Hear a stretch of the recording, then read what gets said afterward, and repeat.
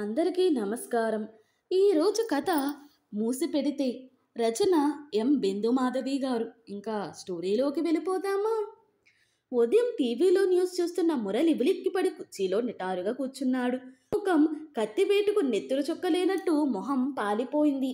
Coffee కప్పుతో వచ్చిన రమ్య, ఏవండి, ఏమైంది? గుండెల్లో నొప్పిగా ఉందా? మన కాంప్లెక్స్లో డాక్టర్కి కబురు పంపించినా అన్నది భర్తను కుదుపుతూ. టీవీ వంక చూస్తున్న మురళి మొహంలో మారుతున్న రంగులు చూసి రమ్యకి తన భర్త ఏదో పెద్ద సమస్యలో ఇరుక్కున్నాడని అర్థమైంది. విషయం పూర్తిగా తెలియకపోయినా రమ్య ఏడుపు మొదలుపెట్టింది. ప్రభుత్వోద్యోగంలో ఉన్న మధ్యతరగతి వ్యక్తి మురళి. ఒక్కోసారి భార్యా పిల్లలు కోరే చిన్న చిన్న కోరికలు తను తీర్చగలిగేవైనా తీర్చకుండా వాయిదా వేస్తూ ఉంటాడు. తరచుగా హోటల్కి వెళ్ళడం పిల్లలకి సరదా. కూతురు మిన్నీకి పార్టీవేర్ డిజైనర్ చెప్పులు కొనుక్కోవాలని కోరిక. వారు ఇవి అడిగినప్పుడు మౌనంగా విని ఊరుకుంటాడే కానీ ఒక్కసారైనా తీర్చే ప్రయత్నం చేయలేదు. మిన్నీ పెళ్ళి గ్రాండ్గా చేయడానికి డబ్బు కూడబెట్టాలి కదా, అందుకని డబ్బు పొదుపు చేస్తున్నాను, ఊరికే డబ్బు తగలేసుకుంటే ఎలా అని ప్రతిసారి ఏదో ఒకటి చెప్పి రెండో మాటకి అవకాశం ఇవ్వకుండా అక్కడి నుంచి లేచి వెళ్ళిపోతాడు. ఒకరోజు ఆఫీస్ నుంచి వస్తూ కాలు జారిపడి ఫ్రాక్చర్ అయింది మురళీకి. ఫ్రాక్చర్ చిన్నదే అయినా శరీర బరువు అంతా కాలి మీద పడుతుండడంతో తగ్గడానికి ఎక్కువ టైం పట్టింది. శరీరంలో పోషకాలు తక్కువగా ఉన్నాయి, అందుకే సాధారణ స్థితికి రావడానికి ఎక్కువ సమయం పట్టింది. బలానికి టానిక్ రాసిస్తాను, 2 నెలలు వాడండి, లేకుంటే ఇలా చిన్న చిన్న యాక్సిడెంట్లకే ఎముకలు విరుగుతాయి అన్నాడు డాక్టర్ మురళితో. జాగ్రత్తగా చూసుకుని నడవండి, సాయంత్రం వస్తూ డాక్టర్ గారు రాసిన టానిక్ తెచ్చుకోండి అన్నది రమ్య. నెల రోజుల తర్వాత ఆఫీస్కి బయలుదేరిన భర్తతో, ఆ డాక్టర్లదేం పోయింది, అలాగే చెబుతారు. మనం రోజు బలమైన ఆహారమే కదా తింటున్నాం, అందులో నుంచి శారీరక పోషకాలు అవే అందుతాయి. వందలు వందలు పోసి టానికులు కొని తాగడానికి మనమేమైనా లక్షాధికారులమా అంటాడు తన సహజమైన పొదుపు ధోరణితో. నాన్న, నేను క్లాసులో అందరికంటే బాగా మ్యాథ్స్ చేస్తానని ఇవాళ మా టీచర్ మెచ్చుకున్నారు, నన్ను ఇంజనీరింగ్లో చేరమన్నారు అన్నాడు 10th క్లాస్ చదువుతున్న బాబ్జీ ఉత్సాహంగా తండ్రితో. మిమ్మల్ని ప్రోత్సహించడానికి టీచర్లు అలా చెబుతారు, ఇంజనీరింగ్ అంటే మాటలా? 4 లక్షల రూపాయలు ఫీజులు కట్టాలి, తీరా చదువు పూర్తి చేసుకు బయటకు వచ్చాక మంచి ఉద్యోగాలు వస్తుందని ఖచ్చితంగా చెప్పలేము. ఈ రోజుల్లో సంవత్సరానికి కొన్ని లక్షల ఇంజనీర్లు తయారవుతున్నారు, అందరికీ మంచి ఉద్యోగాలు ఇవ్వాలంటే ఎక్కడి నుంచి వస్తాయి? నువ్వు హాయిగా బీకంలో చేరు, 3 ఏళ్లలో చదువు అయిపోతుంది, అంతంత ఫీజులు కట్టనక్కర్లేదు. అందులో భాగంగా కంప్యూటర్ కోర్స్ కూడా నేర్పుతారు, పోటీ తక్కువ ఉంటుంది కాబట్టి అదృష్టం బాగుంటే క్యాంపస్ సెలక్షన్లోని మంచి కంపెనీలో ఉద్యోగం వస్తుంది అన్నాడు. తన స్నేహితులతో పాటు ఇంజనీరింగ్ కాలేజీలో చేరాలన్న బాబ్జీ ఉత్సాహం నీరు కారిపోయింది. నాన్న చెప్పింది కూడా నిజమే కదా నాన్న, 3 ఏళ్ల కోర్సు పూర్తయ్యాక వచ్చే ఉద్యోగం కొన్నాళ్ళు చేశాక మేనేజ్మెంట్ కోటాలో MBA చదవచ్చు అన్నది రమ్య. అయితే ఇంటర్లో చేరాక నాకు మోటార్ బైక్ కొనాలి అన్నాడు బాబ్జీ రాజీకొచ్చి. చూద్దాంలే అప్పటి సంగతి, నువ్వు ఇంటర్లో కాలేజీ ఫస్ట్ వస్తే అప్పుడు ఆలోచిద్దాం.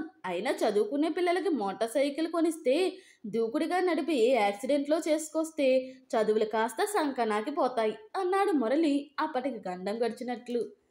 అమ్మా నాన్న ఒకే చోటున్నారు, తన కోరికని అమ్మకి చెబితే నాన్న కూడా వింటారు, ఆయనకి ప్రత్యేకంగా చెప్పనక్కర్లేదు, బయట పెట్టడానికి ఇదే మంచి సమయం అనుకుని, అమ్మా, ఈసారి పుట్టినరోజుకి నీ రూస్లో లెహంగా కొనుక్కుంటానని మా ఫ్రెండ్స్ అందరికీ ఎప్పుడో చెప్పేశాను, డబ్బులు ఇచ్చినా సరే, నా ఫోన్పే అకౌంట్కి డబ్బు ట్రాన్స్ఫర్ చేసినా సరే అని మిన్ని తన డిమాండ్ బయట పెట్టింది. తన కోరిక తీర్చడానికి అమ్మకి ఒక వెసులుబాటు కూడా ఇచ్చేసింది.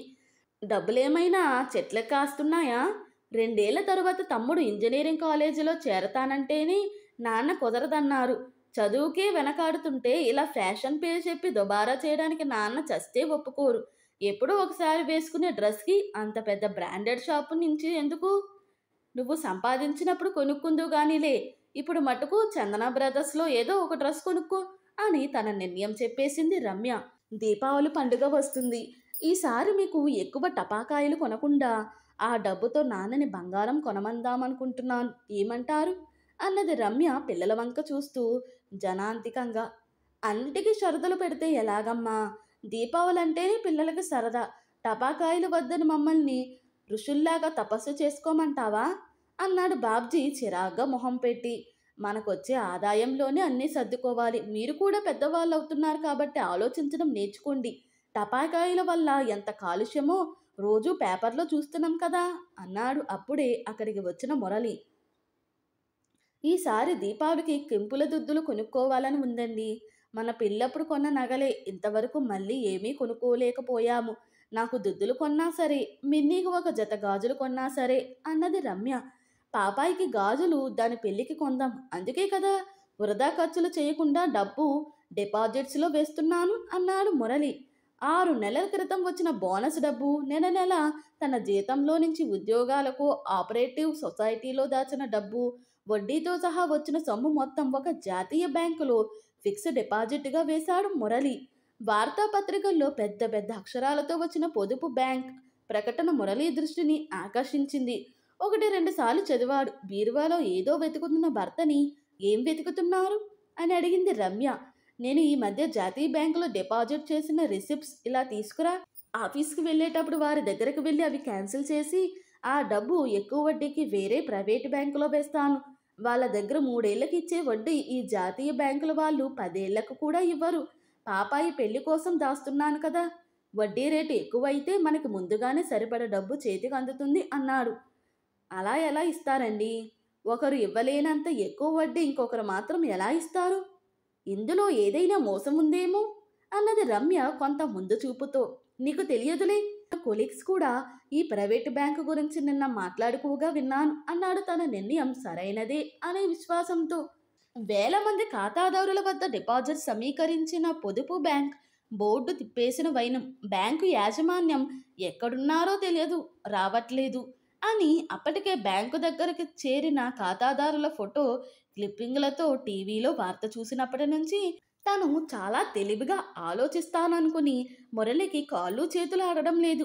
ఏం చెయ్యాలో దిక్కుతోచగా నిలువు గుడ్లేసుకు చూస్తున్న మురళి రమ్య ఏడుపుతో తెప్పరిల్లి, ఊరుకో, నాలాంటి ఖాతాదారులు చాలామందే ఉన్నారు. ప్రభుత్వం చూస్తూ ఊరుకోదు. ఏదో ఒకటి చేసి మన డబ్బు మనకిప్పిస్తుంది అని బింకంగా భార్యకి నచ్చచెప్పడానికి ప్రయత్నిస్తున్నాడు. ఏడ్చినట్టే ఉంది.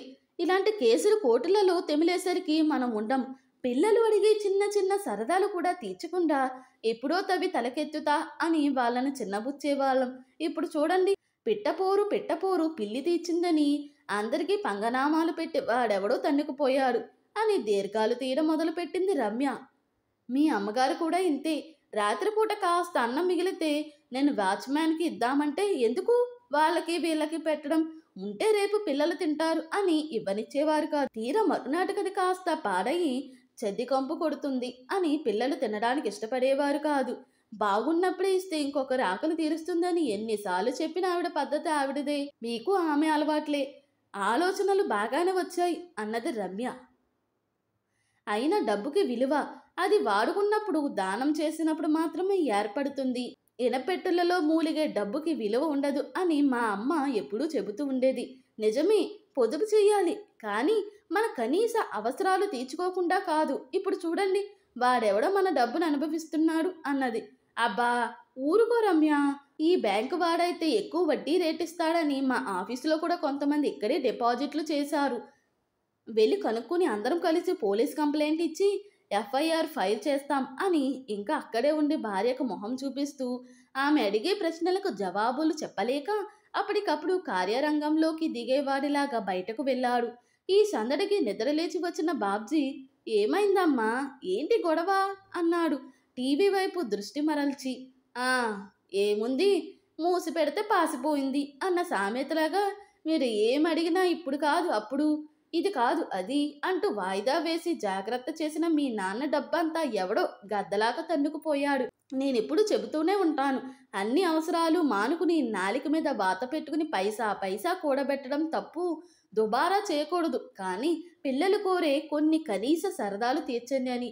మొన్నటికి మొన్న మిక్సీ పాడైందండి, వెంటనే కొత్తది కొనాలి అని అడిగాను. ఈ మిక్సీ కొని 15 ఏళ్ళు పైన అయ్యిందంటే అమీర్పేటలో చక్కగా రిపేర్ చేసే షాప్ ఉంది, అక్కడ రిపేర్ చేయించుకొస్తాను అని మరునాడు పట్టుకెళ్ళి రిపేర్ చేయించుకొచ్చారు. ఇలా అత్యవసరాలు కూడా మానుకుని జాగ్రత్త చేసిన డబ్బు ఈయన కాచి నక్కల పాలు చేసినట్టు అయ్యింది. మురళితో పాటు ఆ బ్యాంకులో డిపాజిట్ వేసిన మధ్యతరగతి జీవులందరినీ నిద్రకు దూరం చేసింది. కేసు బయటపడగానే ముందుగా పోలీసులు ఎఫ్ఐఆర్ రాసి ఆ బ్యాంకుకి సీలు వేసి కార్యరంగంలోకి దిగారు. ఇలాంటివి ఒకటా రెండా? వాళ్ళ చేతి నిండా ఇవే కేసులు. ప్రజలని అలా మోసం చేసే ఉద్దేశంతోనే బ్యాంకుని ప్రారంభించిన ఆ బ్యాంకు యాజమాన్యం దేశం వదిలి పారిపోయారని వార్త విని మురళి అతని లాంటి అనేక ఖాతాదారులు మరింత కుంగిపోయారు.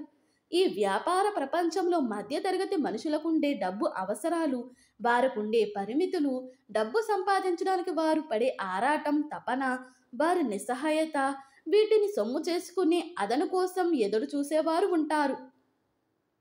వ్యవస్థలో ఉండే లోపాలతో వ్యాపారాలు సాగించే ఇలాంటి వారికి మురళి లాంటి ఎంతోమంది సమిధలవుతారు.